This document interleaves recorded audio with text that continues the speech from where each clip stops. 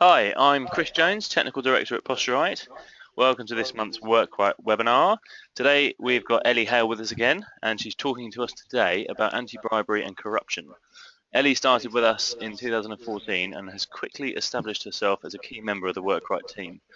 She's responsible for the growth and development of the WorkRite division in London and the South East. Before Posturite, Ellie worked in business development in Sydney for about 5 years, and her degree is in law, which has given her a solid understanding of the legal obligations employees have to their staff with regards to health and safety training, but particularly for today's topic, which is what Ellie's most excited about. Hello, thanks for tuning in. So Ellie, you've been keen on doing this topic for quite a while now, and you've been pushing us quite hard. So why is that in particular? Because it just keeps cropping up. Companies that I'm talking to, anti-bribery and corruption seems to be something that there's a gap in their training with, and it is something that you need to cover. So whether they've had audits and it's cropped up officially as something that they're missing out on, because of the implications of the Bribery Act, companies really do have a responsibility to ensure their staff have been educated. So I just wanted to see who was interested in the course and take us through it. Brilliant. So why is it particularly important today? Okay, so you, as a company, as a business owner, you need to make sure that your staff are able to recognise what's legal in business and be able to understand what constitutes an illegal activity. Okay, surely that applies to only sort of a handful of companies in the UK, or it's industry specific. Is it not banks and finance institutions? Not at all. As we go through the course, you're going to see that the kind of scope of the Act and the types of businesses it affects is really broad. It's really far-reaching, and I think some of the industries or types of cases that we'll look at today, I think you'll find quite surprising. Brilliant. So I guess we'll see that as we go along. Yeah, I'm going to take you through the course.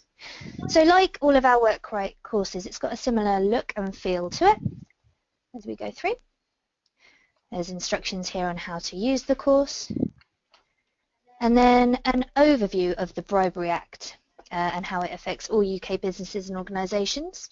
We've got the type of act, the Bribery Act 2010, the types of bribery, how to recognise legal and illegal activity, the types of corruption, consequences of non-compliance, and recognising a bribe.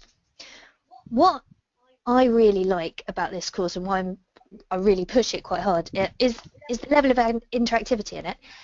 In my former life, as you said, Chris, I was a law student, so I know that when you learn about legislation, it can sometimes be quite dry and difficult to take in, and we've designed this course to test the end user as they go along as well as at the end, and I think it makes for quite an interesting course. So today for our webinar we're going to do something a bit different. So yes, we've got some questions and answers as we go through it, which are part of the course. But not only is Ellie going to ask me, but we're going to ask you guys as well. So we've got a poll system running. So as we go through the course, as Ellie comes across a question, something will pop up on your screen, and you will be asked to vote on what you believe is the correct answer, and we'll see how we all get on. So here we go, just like we planned it. There's a case study of a bribery conviction. The first case to result in a conviction under the Bribery Act 2010 involved an administrative officer at Redbridge Magistrates Court. He was convicted of bribery for requesting and receiving a £500 bribe to get rid of a speeding charge. The officer received a prison sentence for his offence. How long do you think he was given in prison for this offence?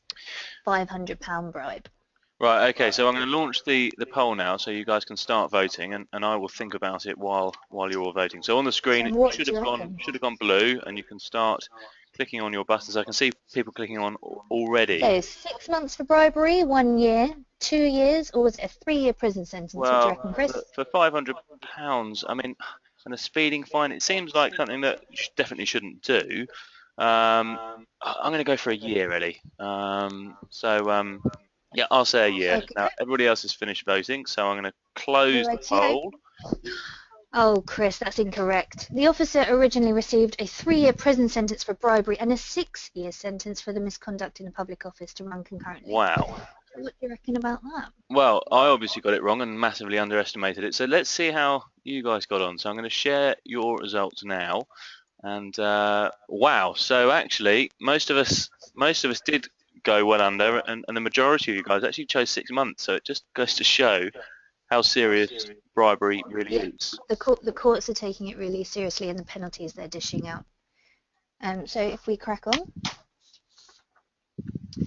The Bribery Act upholds free and fair competition, prevents employees and organisations from improper behaviour, and ensures that conduct is honest, ethical and appropriate. So does this relate just to UK-based companies, Ellie? It's companies that are UK registered. So it's all companies, organisations and employees, UK registered, whether they're based here in the UK or overseas. And here in our course, we're going to learn a bit more about the offences. So giving or offering a bribe, regardless of whether it's accepted, receiving a bribe, bribery of a public official, as we heard about in that case study previously, and corporate failure to prevent bribery. So I guess this last point really is one of the main reasons why companies are using our course. Yeah, absolutely. If a company fails to prevent a bribe, they will still be committing offence, regardless of if they knew about it or not. So, I mean, make sure your staff are aware of what they should do, what they shouldn't do, because you could be liable for their actions as a company. So the Ministry of Justice offers guidance on adequate procedures companies can take, and this is proportionate to the risk of bribery and the scale and the complexity of each company's business activities. It advises you that management should adopt a zero tolerance policy, that companies should assess the risk of bribery and therefore apply due diligence, and that companies must communicate their bribery prevention policy and ensure that it's clearly understood by their staff, and that this should be monitored and reviewed. Brilliant. So where does WorkRite come into this then, Ellie? With this course, as with all of our courses, you get the WorkRite management tool, which stores and collates all the information regarding to the training that you ask your staff to complete. So we can also do some bespoke work. We can add in links to specific company policy in regards to what your company is doing with anti-bribery and anti-corruption policies, and also store a record of all correspondence relating to the training and the reasons behind it. So an email trail of the training that you've asked your staff to complete. Right, okay. So here we go. There's another test. How many people in the UK do you think reported having paid a bribe in the last 12 months? Okay, time for you guys to vote again. So I'm going to launch this as a Q&A. So your screen should have gone blue.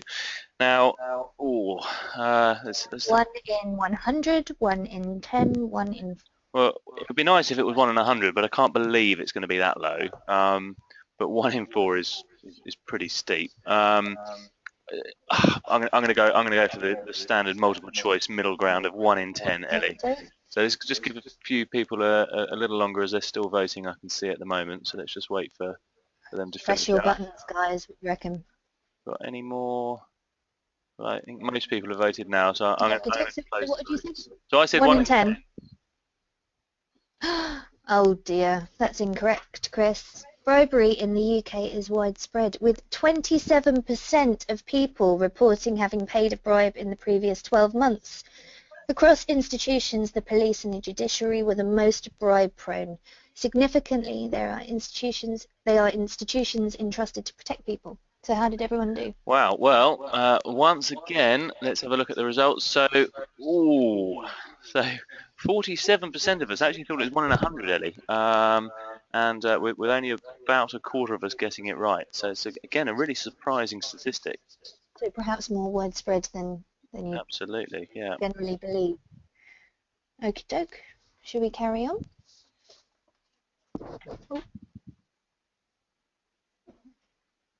Here we go. So what is bribery, Ellie? What is bribery? That's where we're going to continue. So this part of the course gives a specific definition of bribery as offering or accepting anything beneficial or of value aimed at influencing someone to perform their role improperly. We also go on to talk about the mens rea, it's a legal term for you, and that means the guilty mind. So for a bribery classification, the person must have the criminal intent. So we're talking about gifts here, I guess, and just to be clear, a gift isn't necessarily a bribe. No, as long as there's no impropriety intended. So it's what your thought process is when you're offering a gift. Is it just a gift, or are you expecting something in return? So as we go on, typical bribes are shown here and the reasons behind them. So to obtain or retain business, to gain an advantage over a competitor, or influence an official. And as we carry on, the types of bribery. Bribery can take many guises: gifts, excessive hospitality, charitable donations, or facilitation payments, which comes under another name, also known as grease payments. And we're going to go on to another scenario here. Hospitality. So a business contact invites you to look around his factory. He invites you and your wife out to dinner in the evening. Unfortunately, he will not be able to attend himself due to other commitments, but insists on arranging and paying for the meal. What do? Do you accept or decline? Okay, I've launched the poll again. So we were invited out for a meal, including my wife, and the guy that's invited us out for a business dinner has now said that we can go anyway. I know, as we're talking about this particular topic, I'm guessing the answer is that I should decline. But I think in reality, I probably would have accepted. So I'm going to say accept. You go with that? Has everyone voted? So we've got a large number of people who voted now. So I'm going to close the polls. Okie doke. I accept. Oh, that might be inappropriate. So what did everyone reckon? Well, these guys got it right this time. So 24% would still have accepted though. Indeed. So this may seem like a standard business practice to build relationships, but as the host isn't attending and the invite's extended to your wife, it's no longer just a matter of hospitality and clearly a gift. Gifts and hospitalities aren't prohibited by the Bribery Act, as we said before, but there are significant risks associated with them in relation to bribery. Gifts and hospitalities can be used to influence employees and organisations, and companies should consider what is appropriate and have guidelines on what is acceptable. So this part here is really pointing out there are serious grey areas, and that as a company you really need to make sure that your policy on this is solid and that your employees understand what that policy is. Brilliant. Okay. So kind of Really brush over the grey areas. It's quite grey, isn't it? It is. Another scenario here, helping a friend. Your friend would like to be on the tender list as a potential new supplier to the company that you're working for, and he asks you to help him achieve this. What should you do? Should we open up the poll? Yeah. Supply him with as much inside information as possible, accept dinner out with him to discuss the proposition, or refer him to the standard procurement procedure? Okay. Well, I mean, in this case, I think think about what we've learned so far in the course. The answer's got to be that we should point him in the direction of the procedure. I mean, the procedure, I guess, is the clues in the title there. I'm going to go with the third option this time, Ellie. Okay, has everyone voted? Got a good number of people have voted, yeah, so I'm going to close the polls. Oh, that's correct. Well done. No impropriety has taken place as all information given is impartial. Offering inside information or accepting hospitality could be seen as offering an advantage and accepting a bribe. Should we see how everybody else did then, Ellie? Please. Okay, so wow, this time gold star, I think. Yeah. I think we're learning from the course. Good work. Another one, case study, charitable donation. You're working on a bid for a local authority contract. During negotiations, a counsellor on the decision-making panel asks you to make a donation to a local charity. The donation's relatively small compared to the contract, and the charity sounds worthwhile. What do you do? Okay, right, time to answer, guys. Do you make the donation or do you not make the donation? Well, I mean, at Posturite, we'll often give a donation to a charity just to, when we're asked, as almost as a matter of course. We're quite a charitable organisation where we can be. And we don't give it a huge amount of thought. We obviously want to make sure the charity is worthwhile, but I'm not sure we put it into context necessarily. So I think in reality we probably would make the donation, but I think we need to perhaps rethink that internally. Okay, so has everyone voted? Yeah. Make the donation. That's incorrect. Making this donation could be construed as a bribe, as the counsellor that requested it is in a decision-making position. So this is not, it's not just the act itself, it's not just giving the donation, which, as you said, we as a company often do. It's the situation as well that you need to be aware of. Giving to charities is usually a good thing, but charities can be corrupt too and act as a middleman for corruption. You should always do due diligence before making any such donations. So have a look at the relationships and what's going on as well. Make sure that there's no intent there. Absolutely. Right, well, let's see how you guys got on and see if you did slightly better than I did. So, yeah, in this case, most of you picked the right answer, so well done. Well done, guys. Another case study here, the unsuccessful bribe. In 2013, a student at Bath University attempted to bribe his tutor after achieving only 37% in his dissertation, which amounted to a fail. The student was the son of a wealthy Chinese government official, and he offered the professor £5,000 to pass him. The professor refused. What do you think happened to that student? Okay, here comes the poll again then. Well, it's going to depend a bit on the professor, I would have thought. I mean, it's one thing to refuse the bribe, but I guess if he's following proper procedure within the university, he's going to have to report that as well. And, well, he did offer the bribe, and I guess that's the point, isn't it? It's not the fact that the other party accepted, it's the fact that you tried to do it. So I reckon he would have been convicted. Okie doke. Has everyone voted? We have got some coming in still, so hang on. People are still making up their minds. Okay. Right. What you reckon, Chris, is it's because of the intention behind it? I think so, yeah. Rightio. There you go. Bribes do not have to be successful for a conviction to be made against the offender. The student was convicted and sentenced to 12 months in prison. There you go. I bet he wishes he had just retaken. Indeed, and most of you got that one right as well. So there's 6% that thought perhaps he wouldn't be convicted. I guess that might have been down to thinking perhaps you have a lenient professor or you would have got away with it being at school, but it seems that that's not the case. But there are cases when a bribe is acceptable. These are pretty extreme circumstances, such as an illegal cash payment to guarantee the safety of a country's citizens. This could be due to geological events or political unrest, which could put people in danger. And a payment is necessary to speed up the process. Those are the only times when the courts are going to see a bribe as acceptable. And we go on. Right, so we've covered bribery. So what's corruption then, Ellie? I'm going to tell you what corruption is. So this differs to bribery. This is two or more people entering into a secret agreement and comes in different types of illegal activity. So fraud, the intentional deception to gain advantage, avoid an obligation or cause loss to another. Embezzlement, which is the illegal appropriation of funds or property.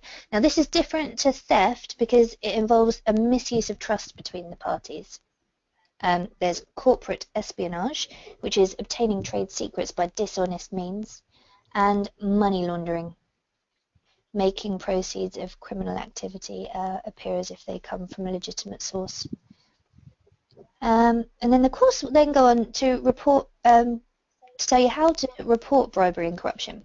Again, this is harping on about your company's procedures and that you should have those procedures in place, so you should know how to report bribery in your company.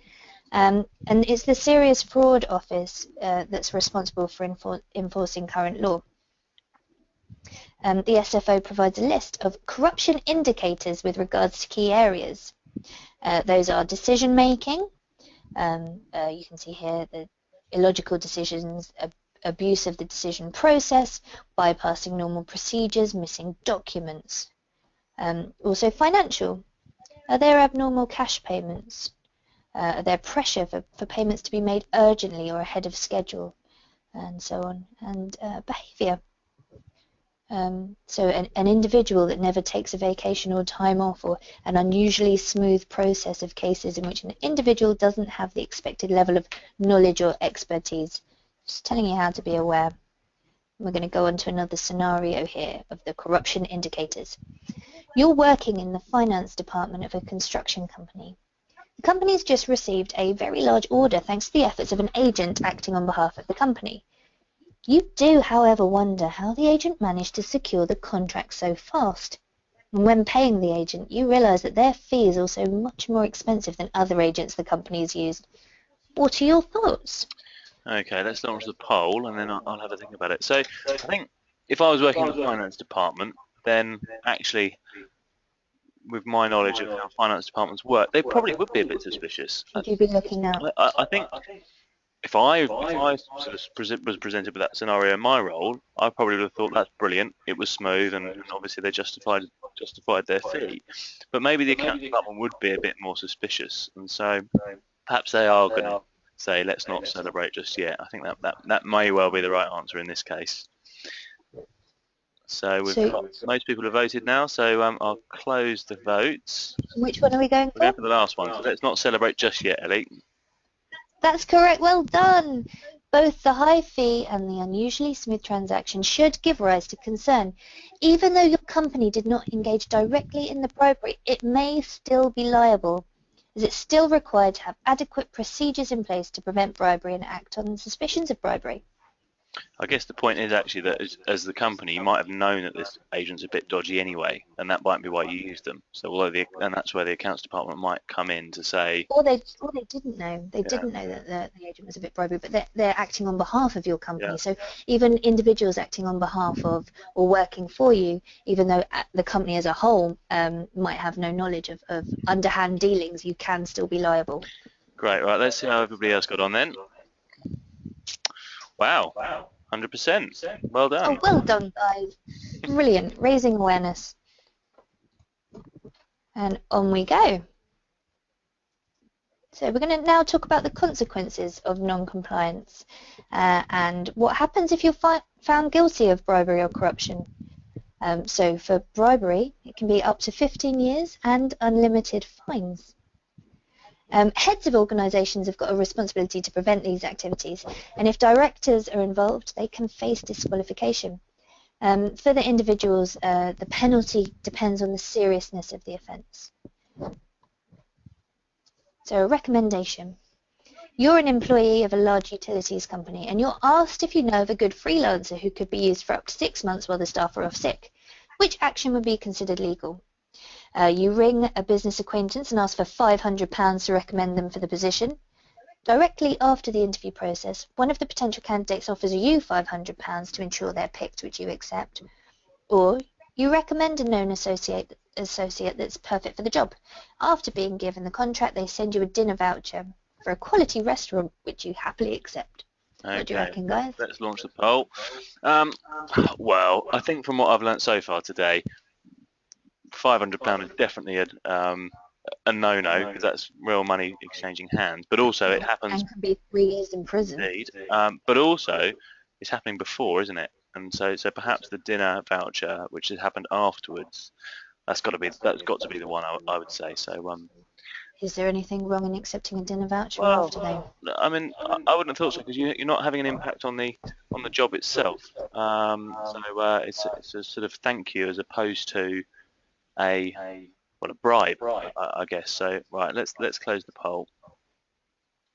Okie doke. So we're going for the dinner voucher. That's correct. Well done. It's not illegal to accept a thank you gift of low value from the selected candidate if you recommended them, but you didn't try to influence the process further. How did our team do? Well done, guys. 100%. That is brilliant. Okay. And so the course also highlights the cost of these crimes and the consequences to government and society, to the legal system as a whole, to other companies and organisations, and to individuals that may face unjust imprisonment and unfair financial penalties. And a final one, the costs to the UK as a whole. In 2013, Transparency International conducted a survey on bribery and corruption in the UK and calculated the costs to society. How much money do you think was laundered through the UK in 2013? Wow. Okay. So it's big, whatever it is. So 28 billion a year. I mean, they're both massive numbers, and I think that's the point really. The money doesn't even make sense to me. I'm going to go 28 billion. Okay, is everyone finished voting? I reckon so. So let me close the polls. Okay, 28. It's incorrect. The Wow. true figure is 48 billion. And in addition to that, it was found that fraud cost 73 million reported. Okay. So it's widespread and it is big bucks. So I think most of you are a bit more on the money than me, and you sort of guessed that 48 billion was the right answer. So well done. But a few of you were with me as well. So A few of you underestimated it. Okie doke. And then with our courses, as always, there is a summary so that your staff can just go over what they've learnt. And there's then a test, which is 9 questions out of a pool. So they can actually prove that they've understood the learnings of the course. So again, there's your due diligence. So this really makes up the company's due diligence to make sure their staff have been informed and are compliant. Yeah. Yep, absolutely. And form part of your audit trail as well. Okay. To prove that you've done that. And what sort of organisations does this apply to? I mean, definitely the banks and the finance institutions, which you talked about earlier. But how sort of far wide and reaching does it go? Well, I mean, for our existing clients that have already got the course, it's really far-reaching. So from councils that perhaps could be vulnerable, to councillors being offered bribes to push people up higher up a council wait list, for example, to schools that may be vulnerable for parents wanting to get their kids in as students, as well as financial institutions. Legal institutions, it really is far-reaching. So I just say have a think about what your company's doing in terms of anti-bribery and anti-corruption training, and have a think about whether this course is worth a closer look. Brilliant. Well, thanks very much, Ellie. That was fantastic, and I hope everyone enjoyed the format today. Thank you. A bit of an experiment, and so We'd love feedback. we would love your feedback. So we'll see you again next month, and have a good weekend. And thank you very much. Thank you, Ellie. Thank you.